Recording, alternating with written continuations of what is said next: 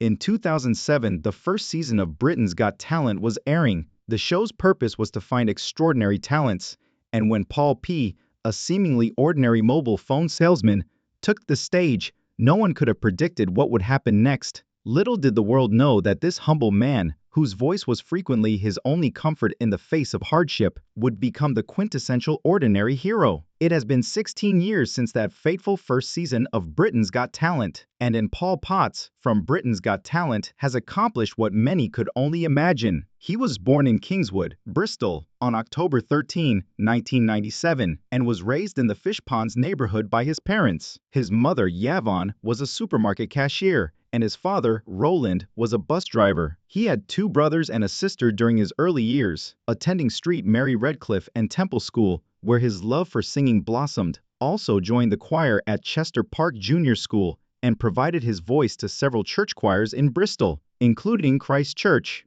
From an early age, he found comfort in singing. Having experienced bullying as a child, he entered the workforce frequently in retail and supermarket-related roles. After graduating from school in 1987, he held a number of jobs at Tesco and Waitrose, and he may have also worked part-time at Deems. He came from a modest background. Paul Potts's early professional experiences reflected his modest upbringing. In 1993, he graduated with a Bachelor of Arts honors degree in humanities from the University of Plymouth. St. Mark and St. John. You might be surprised to hear this, but Paul also entered politics for a while, winning a seat in 1996 as a Liberal Democrat representing the Eastville ward of Bristol City Council. However, his life soon changed when he met his future wife, Julianne. In the early days of the internet, in 2001, Paul and Jules connected through an online chat room, which sparked a relationship that went beyond virtual boundaries. After their first online encounter, Paul and Jules planned to meet in person, and their bond grew stronger. They decided to move their relationship forward in May 2003, exchanging vows and getting married, reaffirming their commitment to one another throughout their journey together. Paul has frequently talked lovingly about his wife. Paul and Jules's relationship has endured, with Jules supporting him through the various stages of his career and life. Their strong bond has remained constant, and Paul has stated that Jules will always be an essential part of his life. He has humorously mentioned that Jules has a knack for finding amusement in his quirks and idiosyncrasies, often laughing at him more than he laughs at himself. Her laughter and support have helped keep him grounded and authentic in the face of his rising fame. Paul has revealed that his dream of becoming a father is still alive, despite the couple's financial difficulties that prevented them from growing their family. The reasons for this are not publicly known, but it is known that they were unable to afford children at certain points in their lives. Paul began his career in 1999 when he took on small roles with B Opera, an amateur company. In that year, he played the Prince of Persia, and Paul's talent and dedication shone through as he took on important roles in various operas over the years. In 2000, he played Don Basilio in Mozart's The Marriage of Figaro. The following year, he took on the role of Don Carlos in Don Carlos. In 2003, he continued to demonstrate his versatility with the roles of Don Ottavio in Mozart's Don Giovanni and Ramez in Verdi's Aida. Additionally, Paul played the herald in Giacomo Puccini's Tuandos, showed his increasing skill and dedication to his craft. Paul's opera journey also featured a performance as the Chevalier de Gruyere in P. Manon Laut with the Southgate Opera Company in London in May 2003. He furthered his experience by performing with a small ensemble from the Royal Philharmonic, enthralling a crowd of 15,000 people. Before one of his major performances, Paul's health declined despite the doctor's concerns. He also went on a soloist tour in northern Italy as part of his music studies. Paul experienced another setback in 2003 when he broke his collarbone and suffered whiplash in a bicycle accident. This accident, along with the ensuing financial difficulties, led him to take a significant leap in his career. After that, Paul didn't sing for many years and settled for a more stable job, just when he thought this was his life. Paul had previously performed Ida Short after an adrenal tumor was discovered during his recovery from a burst appendix. Shortly after, he had surgery to address the tumor. Now something incredible happened. At the age of 37, he was at a crossroads, his self-esteem at a low point, and he wasn't sure if he should go ahead and try out for the show. One day, Paul was working diligently as an area manager for Caroni Warehouse.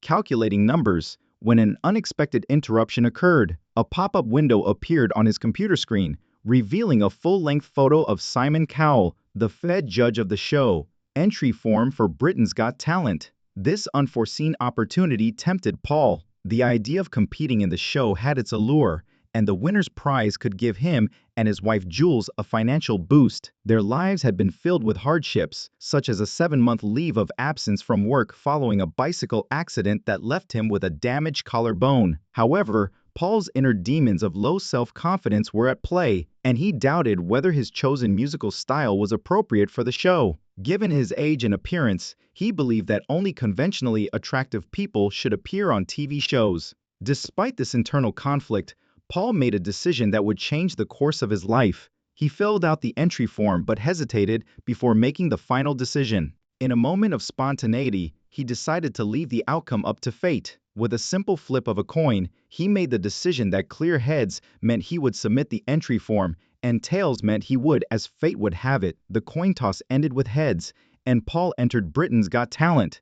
This seemingly random choice led him to the audition that changed his life. On the day of his audition, the atmosphere was tense and intimidating, with acts facing the dreaded rejection buzzer one after the other. Just before Paul's turn, the previous act was jeered off the stage, setting a depressing tone for his own performance, despite the stage was set for a pivotal moment in the life of a man who, despite his self-doubt, had the potential to captivate the world with his extraordinary talent.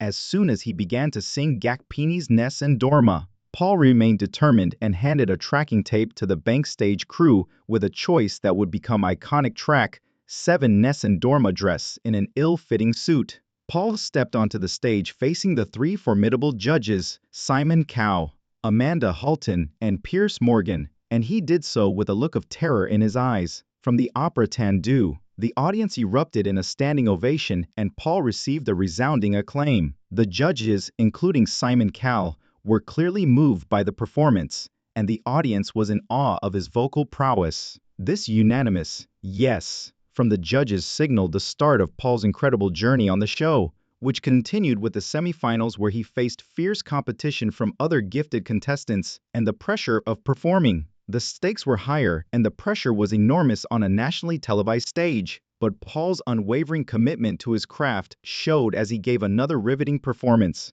His rendition of Time to Say Goodbye received a standing ovation from both the judges and the audience, guaranteeing his spot in the grand finale where he competed against other gifted performers. The pressure was at its highest as he took the stage one last time, singing once more. The famous Ness and the judges and audience were left speechless by Dorma Paul's performance, which was nothing short of a masterpiece. His extraordinary talent and emotional connection to the song moved everyone in the auditorium, and he was declared the winner of the first season of Britain's Got Talent. However, even after winning, Paul showed such financial caution that he didn't quit his job at Carroll Warehouse until 6 months later to depart, despite having already landed a huge $1 million contract long before that. During his tenure at Carroll Warehouse, Paul received a modest yearly salary that was primarily augmented by commission. After his triumph on Britain's Got Talents, he took a 6-month hiatus from this position. Paul's triumph on the show marked a turning point in his life and career, propelling him from relative obscurity to international stardom, and recognizing and celebrating his incredible talent on a global scale. Not only displayed his extraordinary singing skills, but also demonstrated the transformative power of talent shows, which provide a platform for regular people to achieve extraordinary success when given the chance. However, even though Paul's life was going so well, there was some criticism of him. Some claimed that the show was only for undiscovered talent, and his extensive experience in opera made them wonder if he was actually an undiscovered talent. Claimed that he didn't fit the stereotype of someone who had never received payment for their performances, which was the show's premise. In response to this controversy, Paul clarified that he had never received payment for any of his prior performances and that, in fact, he had personally funded all of his vocal training and operatic endeavors. He also stressed that his journey, which included the Italian tour, was not about making money but rather about his commitment to singing and performing. Since he was not making any money from performing, Paul quickly took advantage of the momentum created by his victory on Britain's Got Talent. The album, which featured a variety of popular songs and classical operatic pieces, was a major turning point in his career. One Chance was a huge success, reaching the top of the UK album chart and making him an overnight sensation. His performance of the Peony classic Ness and Dorma had astounded the judges, and Paul's extraordinary talent and inspirational story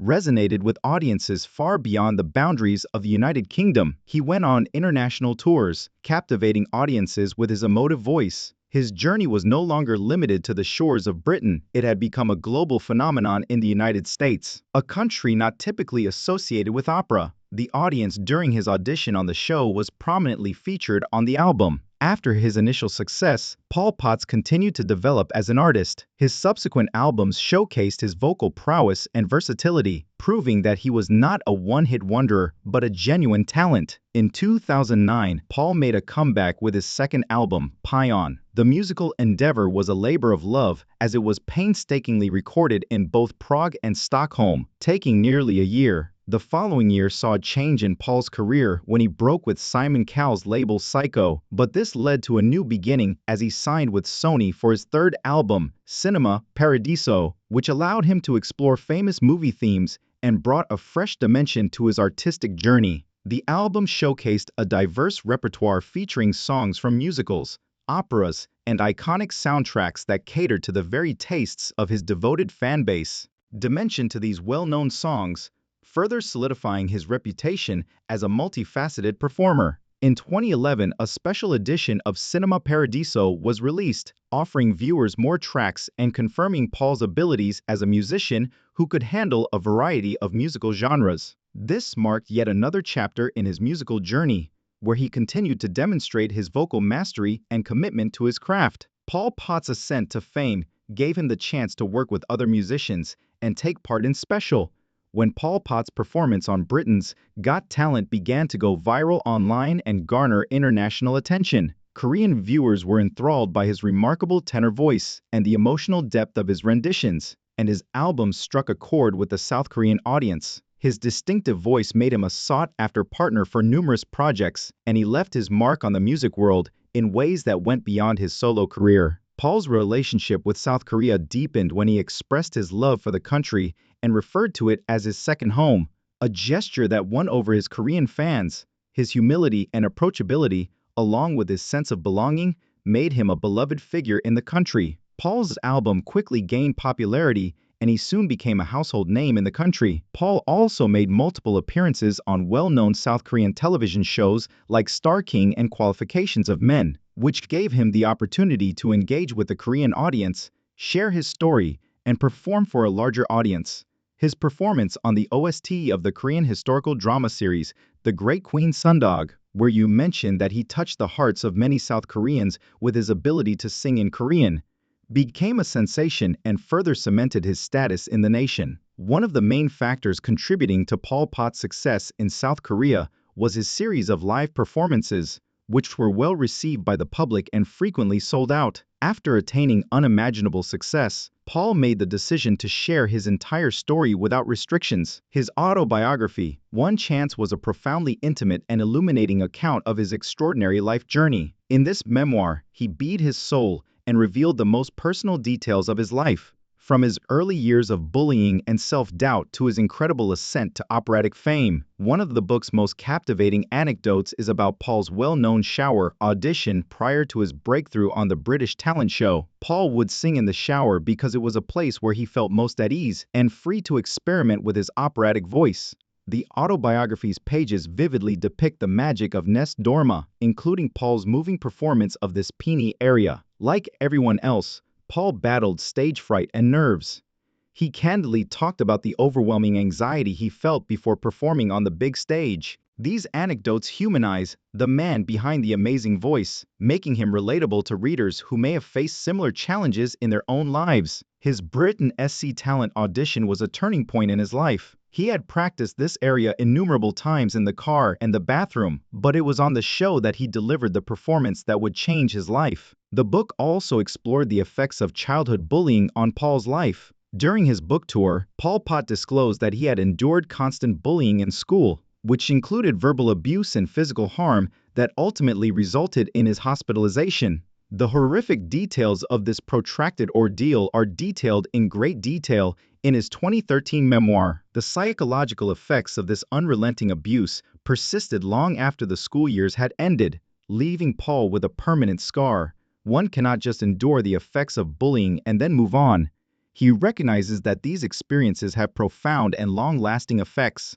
Bullying's lasting effects become entwined with one's identity and leave an indelible mark. Confidence, in particular, suffers a severe blow that affects not only the past, but also shapes one's present and future. Interestingly, some of the people who were involved in bullying during Paul's school days have come forward to express remorse and ask for forgiveness. Fortunately for them, Paul has been more than willing to do so in response to these requests. His approach to forgiveness is practical and sympathetic. He understands that, even though one can never fully forget the traumatic experiences of bullying, harboring grudges can impede one's ability to grow and advance personally. Rather than adopting a suck-to-you attitude, which would be equivalent to harboring a grudge, he chooses to extend forgiveness, allowing both himself and those who once tormented him to move on. Moreover, One More Chance highlights the theme of second chances. Paul tells stories about how his life changed after winning Britain's Got Talent, talks about meeting fans who knew him on the street, and considers the second opportunity he was given to pursue his love of opera on a global scale.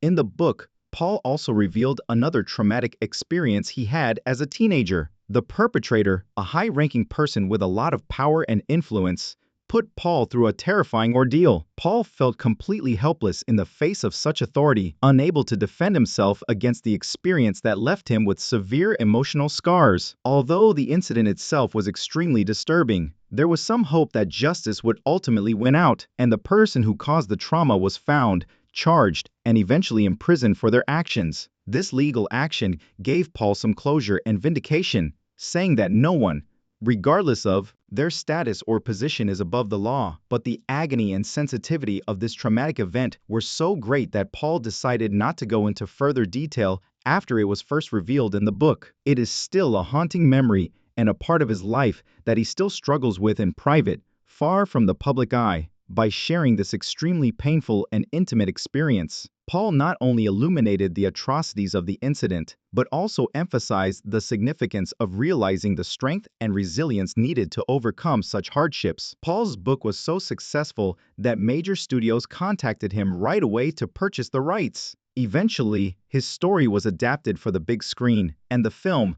which was named One Chance after his book, was a touching and inspirational story that encapsulated Paul's incredible journey. Directed by David Franco, the biographical film was released in 2013 and featured British actor James Corden in the lead role, portraying the life of Potts. One Chance offered a cinematic exploration of Paul's life from his. The film explored all aspects of Paul's journey, from his early hardships and personal obstacles to his triumphant moments on the Britain Got Talent stage. It gave an insight into the emotional trials he faced and was a celebration of perseverance and the pursuit of dreams. It brilliantly captured the strength of Paul's extraordinary talent, his wife Joyce's unwavering support, and the determination that catapulted him from anonymity to international stardom.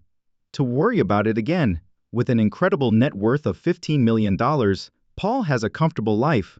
Unlike those who immediately dive into the opulent lifestyle, he and his wife have maintained their modesty throughout the years, and he still resides in the same hometown where he lived before becoming well known. His charity endeavors extend beyond his renowned operatic career, demonstrating his compassion and dedication to various causes. His support of children's charities is one noteworthy contribution. Paul has continuously supported organizations that work to improve the lives of children. He has actively taken part in benefit concerts and charity events, using his fame and talent to raise money and awareness for these important causes. Additionally, Paul has been a patron of the Helen Found Foundation, an organization that supports creativity and the arts in schools, which is in line with his passion. In addition to his work with children's charities and art education, Paul has devoted his time and resources to supporting cancer charities because he has personal experience with health issues, including an appendix bust, and he believes that creativity has the capacity to transform lives, especially for young people.